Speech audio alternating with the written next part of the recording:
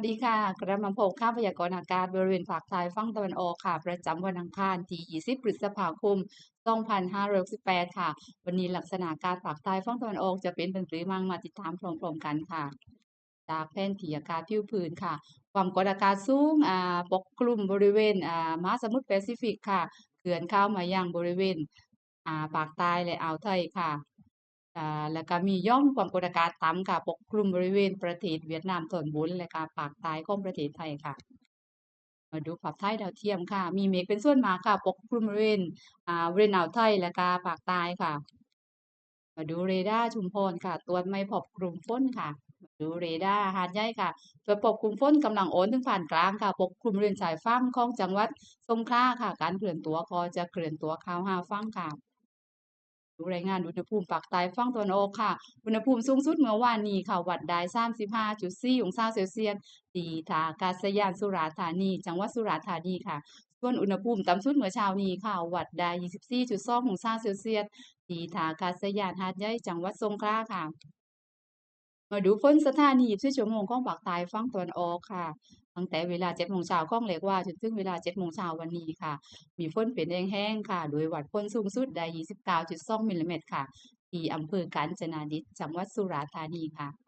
มาดูข้อมูลกันแล้วค่ะมาดูพยากรณ์อากาศวันนี้ค่ะวันนี้จะมีฝนหรือฝนฟ้าคะนองบางพื้นที่ค่ะมาดูเป็นรายจังหวัดค่ะบริเวณจังหวัดเพชรบุรี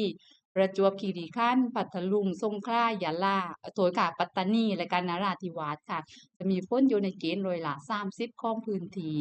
ส่วนจังหวัดชุมพรสุราษฎร์ธานีนครศรีธรรมราชและก็ยะลาค่ะจะมีฝนอยู่ในเกณฑ์ร้อยละ40ของพื้นที่ค่ะก็ขอให้พี่น้อง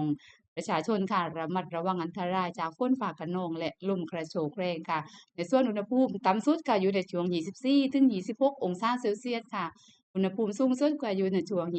32ถึง34องศาเซลเซียสค่ะ มาดูคลื่นลมบริเวณอ่าวไทยวันนี้ค่ะเป็นลมตะวันออกเฉียงใต้ความเร็ว10ถึง30กิโลเมตรต่อชั่วโมงค่ะทะเลมีคลื่นต่ำกว่า1เมตรค่ะส่วนบริเวณที่มีฝนฟ้าคะนองคลื่นก็จะสูงมากกว่า2เมตรค่ะก็ขอให้ชาวเรือค่ะเดินเรือด้วยความระมัดระวังนะคะหลีกเลี่ยงบริเวณที่มีฝนฟ้าคะนองค่ะมาดูการหมายสภาวะอากาศ7วันข้างหน้าค่ะระหว่างวันที่20ถึง26พฤษภาคมค่ะภาคใต้ฝั่งตะวันออกตอนบนค่ะวันที่